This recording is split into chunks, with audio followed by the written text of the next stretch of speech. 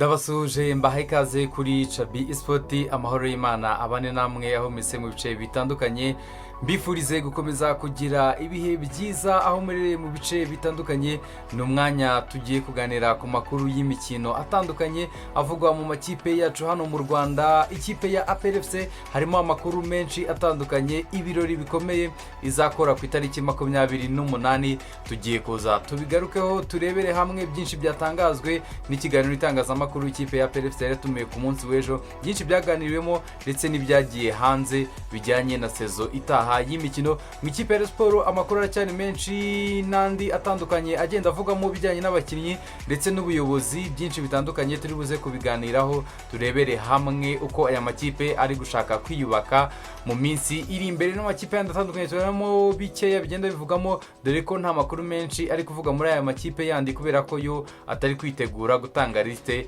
y'amakipe, liste y'abakinnyi bazakina mu mikino mpuzamahanga, dore ko amakipe abiri azasohokera u Rwanda ariyo APR FC muri Champions League ndetse n'ikipe ya Sport muri CAF Confederation Cup. Ariyo makipe ari kugenda avugwa cyane ku isoko ryigura n'igurishwa kuko bafite deadline kugeza ku itariki 30 z'ukwezi kwa gatandatu, ku itariki ya mbere z'ukwa karindwi bakaba bamaze kuba batanga urutonde ntakuka rw'abahagarariye rw'abazaba bayobora amakipe yabo, staff technique ndetse n'abakinnyi bazahagararira aya makipe mu mikino mpuzamahanga. Bivuze ngo nta byumweru bibiri aya makipe yombi asigaje kugera kuri ubu ngubu.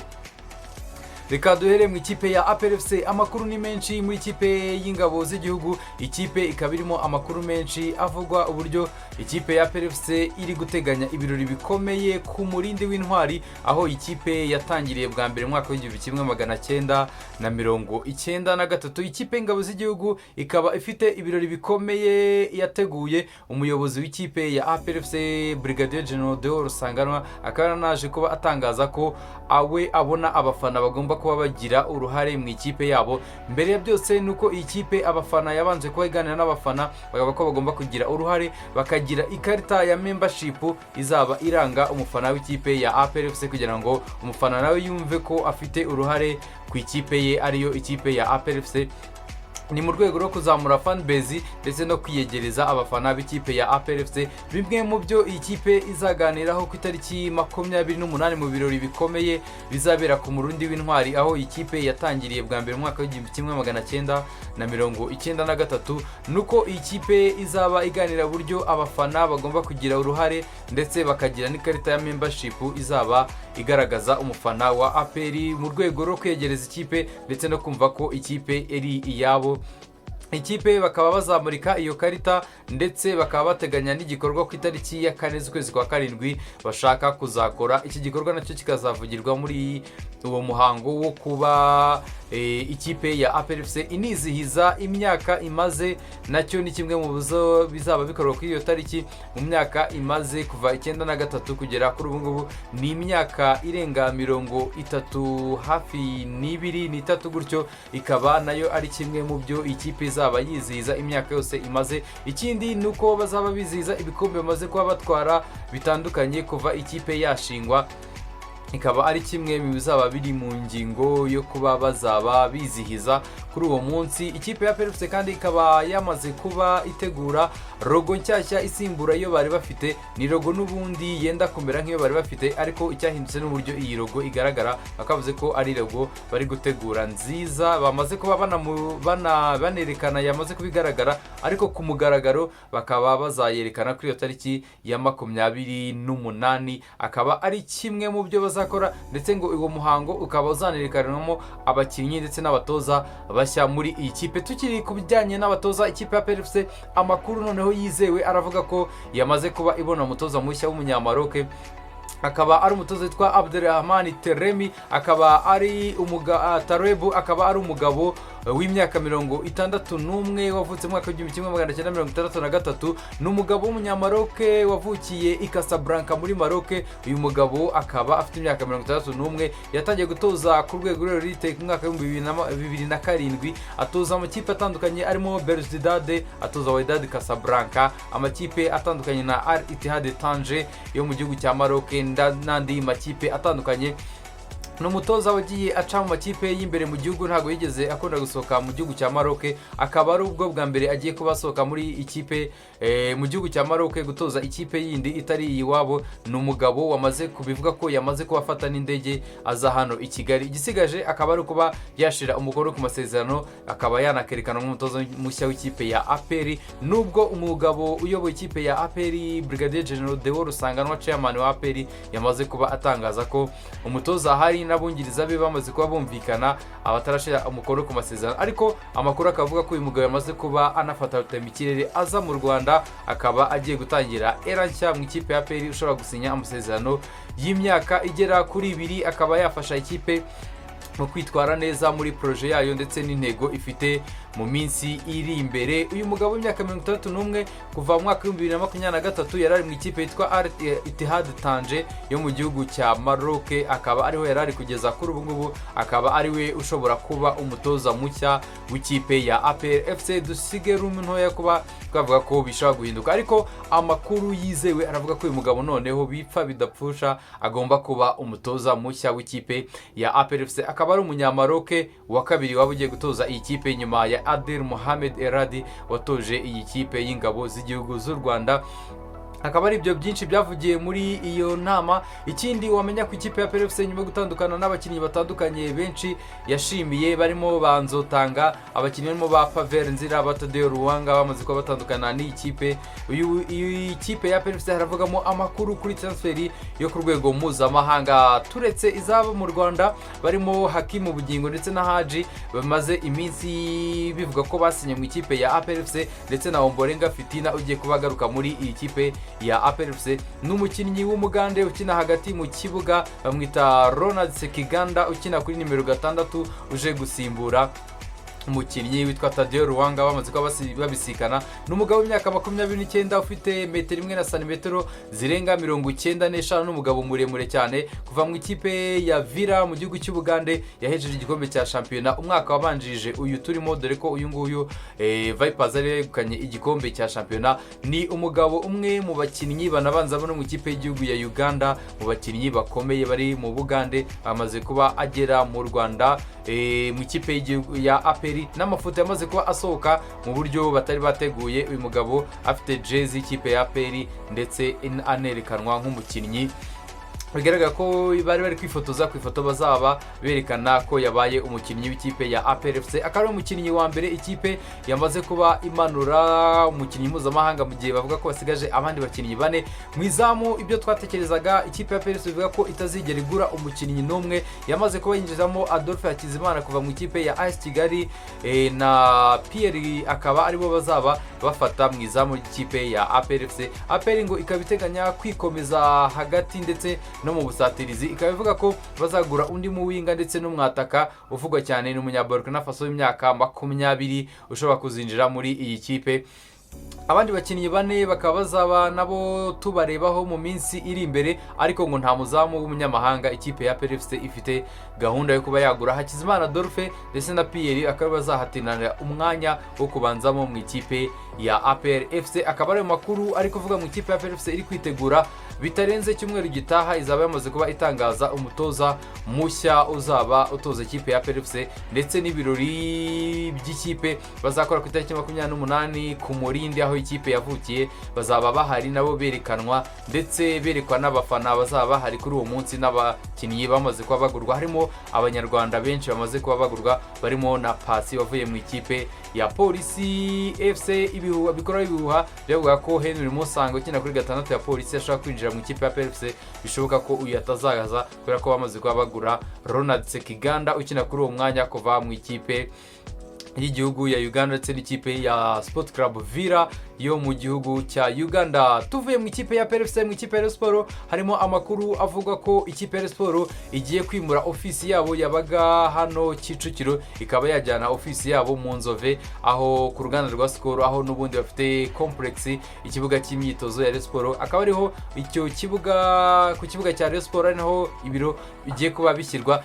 Ikipe ya Sport amakuru menshi yanavugagamo byinshi bitumvikanaga ku bayobozi ikipe ya APR FC, ku bayobozi ikipe ya Sport ndetse na body yabo, iyobowe na Paul Muvunyi, Emile Rwagacondo ndetse na Foma Meya Murenzi Abdara, bivuga ko bagiye baganira bakagira ibyo bumvikana kugira ngo babanze kubaka ikipe izahatana ku ruhando mpuzamahanga. Umutoza arahari mukuru Rofti kuva mu ikipe ya Mukura, uri nawe uteganya ko yaba yageze mu Rwanda muri iki cyumweru, nubwo abungiriza be bataraboneka bagiye kubafatanya bakabashaka abungiriza ndetse n'abakinnyi b'ikipe ya Rayon Sports, dore ko yamaze kuba itandukana n'abakinnyi benshi batandukanye abasoje amasezerano ndetse n'abandi yamaze kuba isezerera.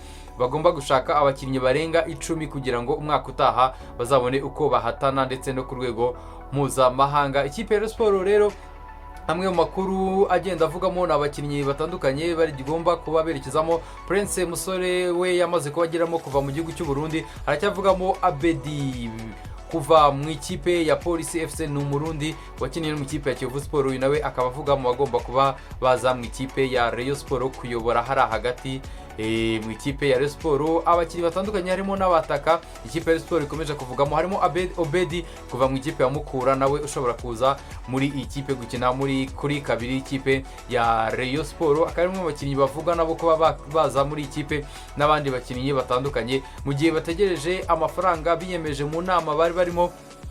Abagiye basezeranya abayobozi batandukanye bategereje, ni mu gihe bivuga ko na Skol yamaze kuba ibemera ko amafaranga yo kuzabaha mu kwezi kwa 7 igiye kubyihutisha, ikaba yabaha amafaranga hakiri kare cyane muri uku kwezi kwa 6 kugira ngo babone ko bazagura abakinnyi ndetse n'uburyo bwo kuba bazatanga mu kwezi kwa 7 itariki ya mbere batange urutonde rw'abazaba ari staff technique ndetse n'abakinnyi bazaba bagize ikipe ya Rayon Sports bazayihagarara mu mikino ya CAF Confederation Cup. Ikipe ya Rayon Sports izaba isubiyemo. Akaba ari makuru ari kugenda avuga mu ikipe ya Rayon Sports. Tuve mu ikipe ya Rayon Sports mu ikipe ya Bugesera bamaze ko batangaza ko bongereye amasezerano y'umwaka umwe Banamwana Kamarade waje mu gihe cy'amezi 2 shampiyona iri kurangira, akayifasha kuguma mu cyiciro cya mbere mu mwanya yo kurwana kutamanikwa mu mwanya 15, akaba yarasoje shampiyona ku mwanya wa 6. Bamaze kuba bishimira akazi yakoze bamwongera amasezerano y'umwaka umwe, bakamaze kuba banabitangaza ku mbuga nkoranyambaga zabo.